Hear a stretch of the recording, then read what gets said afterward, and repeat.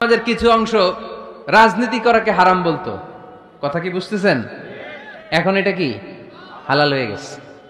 ইসলামী banking কে হারাম বলতো একটা সময়, যে না কোনো ফিনান্সিয়াল ট্রানজাকশন এই সিস্টেমে ব্যাংকিং এটা ইসলামে জায়েজ না, এটা হারাম হারাম, কারণ ওদের জিকির কি, কথা কয় না, হারাম হারাম হচ্ছে এদের জিকির। একটা সময় ইসলামিক ব্যাংকিং হারাম ছিল, এখন এটা কি হয়ে গেছে? তার মানে এখনো অনেক কিছু এদের কাছে হারাম। সময়ের বিবর্তনে, কালের আবর্তনে এদের মুখ দিয়ে এগুলো একদিন হালাল হয়ে বের হবে। চিল্লায় বলেন ঠিক কি না? পৃথিবীর সব কিছু হালাল।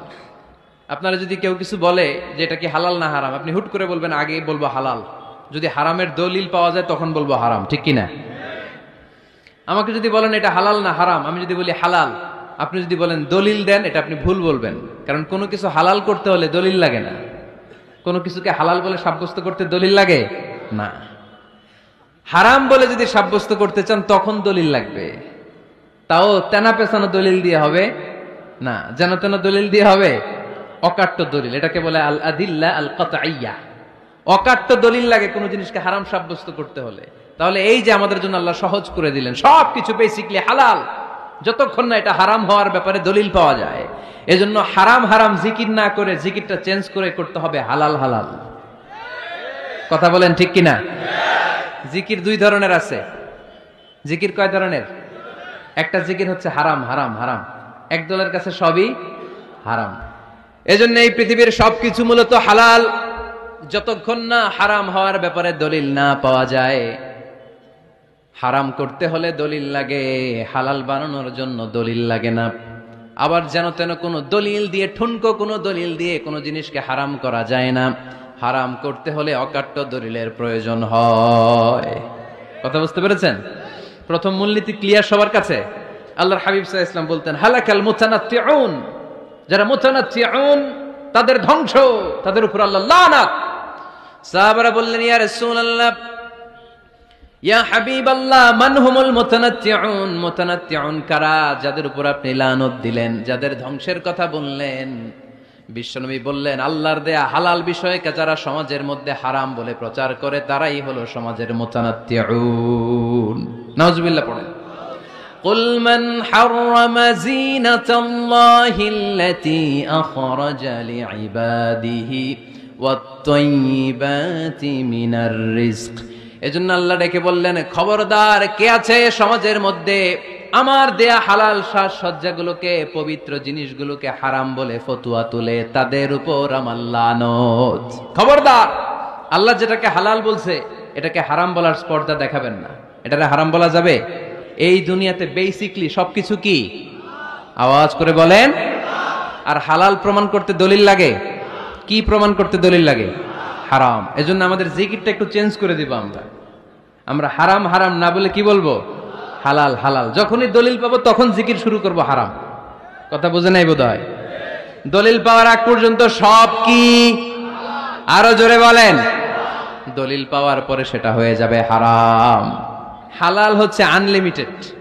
হালাল কি? কথা বলেন। আনলিমিটেড। আর হারাম হচ্ছে লিমিটেড। হারাম হচ্ছে সসীম, হালাল হচ্ছে অসীম। হালাল গুণে শেষ করা যায় না, কিন্তু হারাম গুণে শেষ করা যায়। সুবহানাল্লাহ পড়তে পারলেন না? যদি এমন হইতো হারাম আনলিমিটেড, সবই হারাম, আর হালাল হচ্ছে লিমিটেড, হালাল গুণা যায়, এমন যদি হইতো আমাদের জন্য কঠিন হয়ে যেত না? আমাদের জন্য এটাকে সহজ করে দিলেন কে? দেখেন কোরআনে যত জায়গায় আল্লাহ হালালের ঘোষণা দিয়েছেন, আল্লাহ ব্যাপকভাবে দিয়েছেন। আল্লাহ বলেছেন উহিল্লা লাকুম বাহিমাতুল আনআম, এই পৃথিবীতে যত গবাদি পশু আছে সব খাওয়া হালাল, ইল্লা মা ইউতলা আলাইকুম, তবে হাতে গোনা অল্প কয়েকটা ছাড়া, যেগুলো এখনই তোমাদেরকে তেলাওয়াত করে শোনানো হবে। পড়েন সুবহানাল্লাহ। আবার আল্লাহ বললেন উহিল্লা লাকুম সাইদুল বাহরি ওয়া তাআমুহু, সাগরের মধ্যে যত প্রাণী পাওয়া যায়, মাছ পাওয়া যায়, কাঁকড়া পাওয়া যায়, সব খাওয়াকে হালাল করে দিলেন কে? সাগরে যত ধরনের প্রাণী আছে, কাঁকড়া বলেন, তিমি বলেন, যা বলেন, সব হালাল, হাতে গোনা অল্প কয়েকটা ছাড়া। সুবহানাল্লাহ পড়েন। তার মানে যখনই আল্লাহ তাআলা হালালের ঘোষণা দেন, আল্লাহ তাআলা এটাকে ব্যাপকভাবে ঘোষণা দেন। আর যখনই আল্লাহ হারামের ঘোষণা দেন কোরআনের ভেতরে, তখন আল্লাহ গুনে গুনে দেন। কিভাবে দেন? হুররিমাত আলাইকুমুল মাইতাতু ওয়াদ-দামু ওয়া লাহমুল খিনজির ওয়া মা উহিল্লা লিগাইরিল্লাহি বিহি ওয়াল মুনখানিকাতু ওয়াল মাওখুযাতু ওয়াল মুতারাদ্দিয়াতু ওয়ান নাতিহা। গুনে গুনে দিয়েছেন। সুবহানাল্লাহ পড়েন। যখন আল্লাহ বললেন হালাল, তখন বললেন 4 পাওয়ালা যত জন্তু আছে হালাল অল্প কয়েকটা ছাড়া। যখন ঘোষণা দিলেন হালালের, আল্লাহ বললেন সাগরের ভেতরে যত প্রাণী পাওয়া যায় সব খাওয়া হালাল অল্প কয়েকটা ছাড়া। কিন্তু হারামের ঘোষণা যখন আল্লাহ কোরআনে দিলেন তখন ব্যাপকভাবে দেয় নাই, গুনে গুনে দিছেন। রক্ত খাওয়া হারাম, মরা প্রাণী খাওয়া হারাম, শূকর খাওয়া হারাম, আল্লাহর নাম ছাড়া অন্য কোনো নামে বলি দেওয়া হয়েছে এরকম প্রাণী খাওয়া হারাম, সিংহের গুতা খেয়ে কোনো প্রাণী মারা গেছে ওইটা হারাম। এরকম গুনে গুনে অল্প কয়েকটা হারাম, বাকি সব কিছুকে আমাদের জন্য হালাল করে দিয়েছে কে? আবার যদি আল্লাহরে জিজ্ঞেস করি আল্লাহ কাদেরকে বিয়ে করতে পারবো, আল্লাহ বলবে সবাইরে বিয়ে করবি। বাংলাদেশের নারীরা বিয়ে করা হালাল, পাকিস্তানের মেয়েদেরকে বিয়ে করা হালাল, সৌদি আরবের নারীদেরকে বিয়ে করা হালাল, এই বাংলাদেশের সিলেটের মেয়েদেরকে বিয়ে করা হালাল, ঢাকার মেয়েদেরকে বিয়ে করা হালাল, চট্টগ্রামের মেয়েদেরকে বিয়ে করা হালাল। হালালের কোনো শেষ নাই, সুবহানাল্লাহ পড়েন।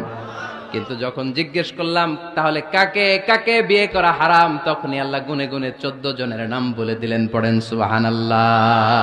হুররিমাত আলাইকুম উম্মাহাতুকুম ওয়া বানাতুকুম ওয়া আখাওয়াতুকুম ওয়া আম্মাতুকুম ওয়া খালাতুকুম ওয়া বানাতুল আখি ওয়া বানাতুল উখত। চিল্লায় পড়েন আল্লাহু আকবার।